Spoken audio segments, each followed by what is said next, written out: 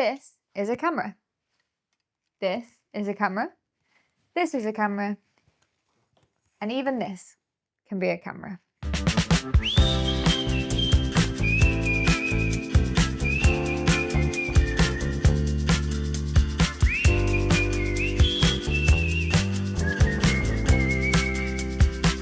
My name's Tiffany and I work at Wex Photo Video, and I get to play with a lot of cameras, and it's really cool and I have a great time doing it. But a lot of the time on our channel we talk about how important tech can be. And whilst I agree that in a lot of scenarios that is important, sometimes when you just want to get outside and kind of switch off from the world, it doesn't really matter what camera you have. And so today we're going to go outside and show you how to take pictures for fun. So let me talk to you about cameras.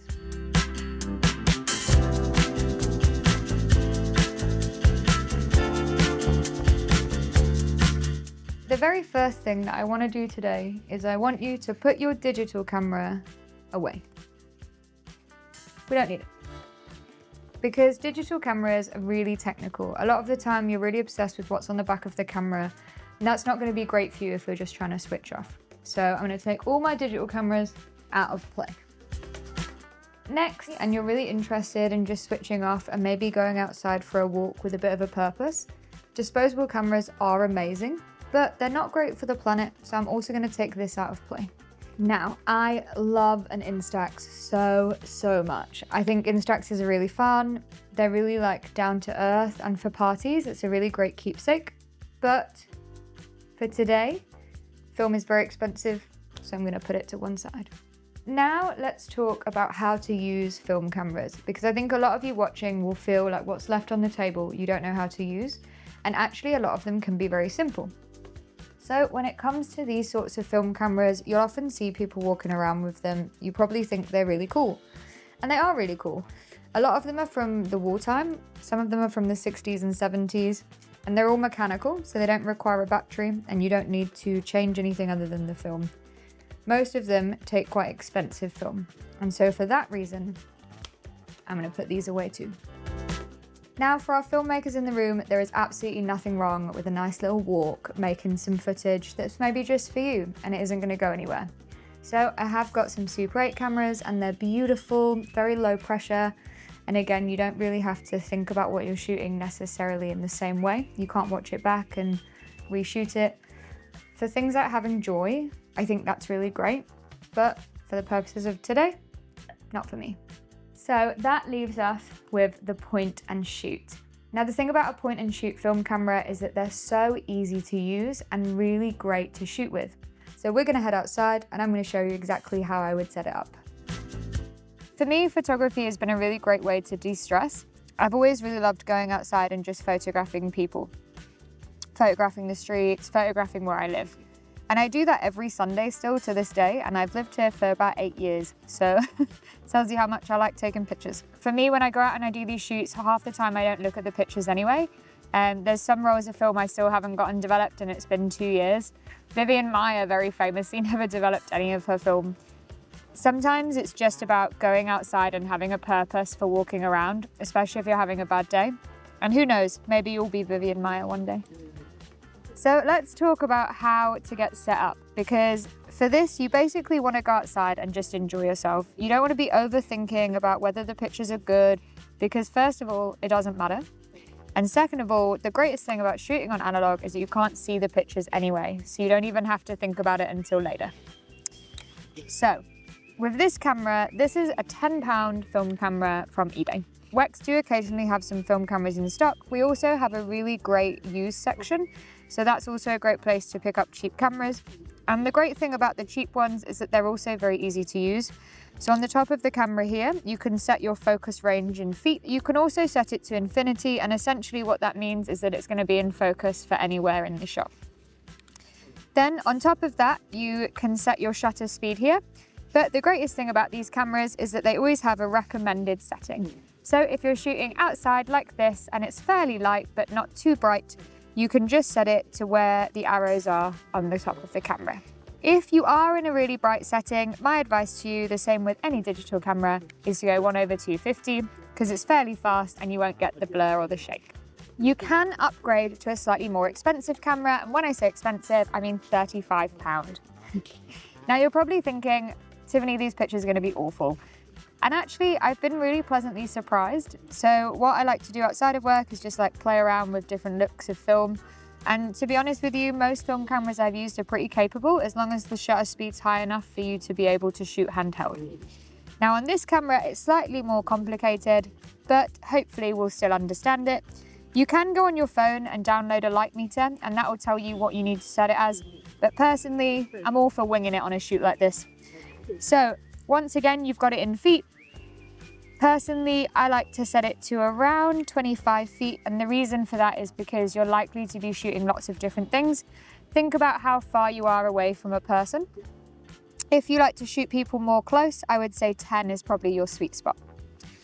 And then once again, the camera has ideal settings on it for you, so as long as you're using the film that's recommended on the back of the camera, which we are, then you can just use it by pointing it to where the arrows are. On this one, it's f11. For you, it's likely to be f11. Every film camera I have thinks it's f11. And that's it. That's basically all you need to know about this one until we load it. Sometimes when you get a film camera, it's really hard to figure out how to open them because they all open differently. It can be really overwhelming and intimidating. I'm going to show you how to load this, but they all load slightly differently. They all have slightly different functionalities and features. And thankfully for you, most of the people in our stores know a lot about film. So you can pop into your wet store to not only pick up your film or your development chemicals, but actually a lot of our staff will be able to help you open these, even the really, really old cameras. I've very often had an issue where I can't get into the back of it, or worse, the film is stuck inside. And actually, every time I go to Whitechapel, they open it with these. On this camera, there's a little button here, and you pull this up at the same time. It can be quite stiff because it's a bit old. And you can see we're in the back now. With most rolls of film, people are a little bit afraid to pull it out, but you're gonna have to anyway to load it. You've got 36 exposures, and that usually is included with this part here. So you actually might get a couple of extra rolls of film. One of my favorite pictures of all time is from Richard Calvar, and it was the 37th picture on a roll of film. Film's now locked in. And then this part here, you're just gonna put into the little gap here. Now, usually this is on every camera. In cheaper cameras, you might have to tape it. It's also not a problem. And then you're just gonna wind it on. Now, it can be a little fiddly, especially on the older ones, but you need to make sure you've wound it on correctly because otherwise you won't be able to shoot with it. So in terms of what you're looking for, the answer is whatever you want. But I like to look for things that have a bit of depth and also people doing funny things. Kind of brings me a bit of joy. As we walk along, I'll give you some photo tips. But to be honest, even if you get nothing, a lot of famous photographers shoot a lot of rolls of film that turn out blank anyway. Nailed it.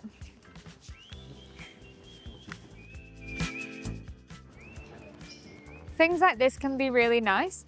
So you have like a strip of LED lighting and then a guy smoking. The light will light up the smoke for you, so it provides you a little extra light on a day like this where it's quite grey. My film is ISO 400, so hopefully this won't be a problem, but we'll find out later. The nice thing about central London for me is there's like a bit of a mismatch of architecture. And because of that, you get these really nice spots where you can see like city buildings with kind of old school Gothic architecture buildings. And I think that always works really well for a picture because you have that contrast. Just remember to make sure that you're on infinity, otherwise you have to think about your focus. For those tech nerds that are watching, you might be thinking, Tiffany, you've got no light meter, you're not checking your focus, your pictures are probably going to be really rubbish. And I guess we'll find out later. But the truth is, it doesn't really bother me if I'm having fun. The one thing that's always really nice about shooting when you don't have anything specific to shoot is working with what you have. And when it rains, the puddles and the lights in London are just stunning. So there's two things you can do. Often I like to wait by a puddle and I'll wait for people to walk past and you can see their silhouette. Or in my case, you can get our beautiful volunteer to stand in exactly the right place. If you think that you see a beautiful shot and you take it and for some reason it doesn't sit right with you or it doesn't work, often I find you can just move around. A lot of really famous photographers talk quite a lot about taking multiple shots from different angles because they don't like cropping. So there's nothing wrong with it. Basically famous now. Much better. If you're shooting and you just want to kind of decompress or turn your brain off, because that's one of the things that I like to do when I'm walking out and about in Shoreditch, look around you more. So I think often when we walk, we're in this kind of time zone where we're on our phones, we're texting, we're like not really paying attention to anything. But actually, if you start to look around at what you can see, you'd be surprised how many beautiful things are above your head or below your feet, and you just didn't really notice them to start with. The thing about photography rules are that I could walk you through all of them. So I could tell you what the rule of thirds is. You could be looking at for symmetry, you know, things that appear in threes. But to be honest with you, the best way to have fun with photography and to get the best shots is to photograph what brings you joy. And what brings me joy is people. For a lot of people, it might be leaves, it could be cars, it could even be like athletes or your children, your family. If you're having fun with it, you'll probably get the best shots of your life. Yep. So when you're finished with your roll of film, don't forget you have to roll it back. So right now I'm just pulling up the lever and rolling it back.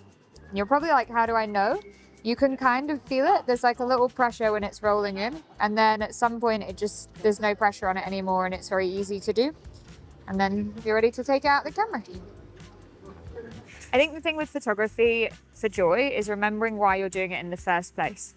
Now, obviously we have commercial jobs. Me and George, who's standing behind the camera, we often shoot professional YouTube videos, Instagrams, pictures for testing out cameras. And those shoots are more stressful. That's more of a job.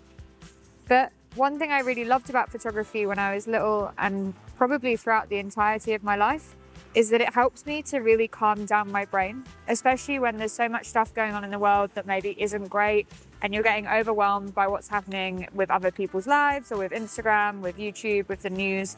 So remember why you're doing it.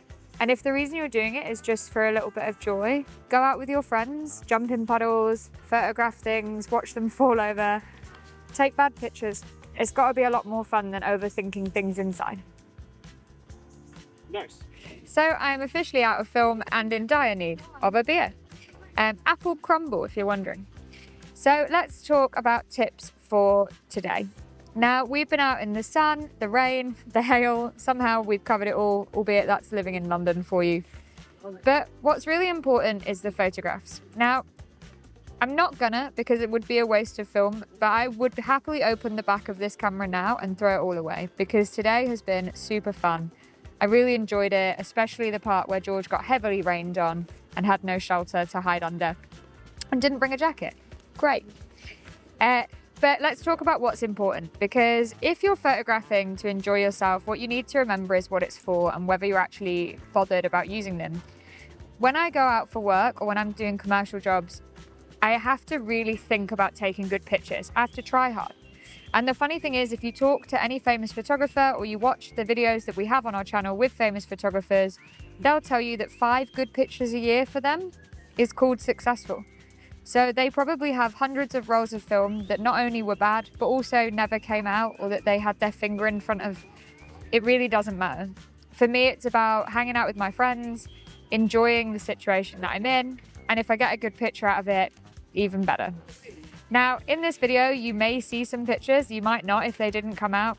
We'll find out later. But to be honest with you, the main thing for me is that you use photography as a way to get back into the things that you enjoy, whether it's photographing a wedding with your friends, whether it's going to a party, whether it's capturing your garden, or even just photographing your children. Get yourself a really cheap camera, head to a WEC store on how to use it, buy some developer, and enjoy yourself.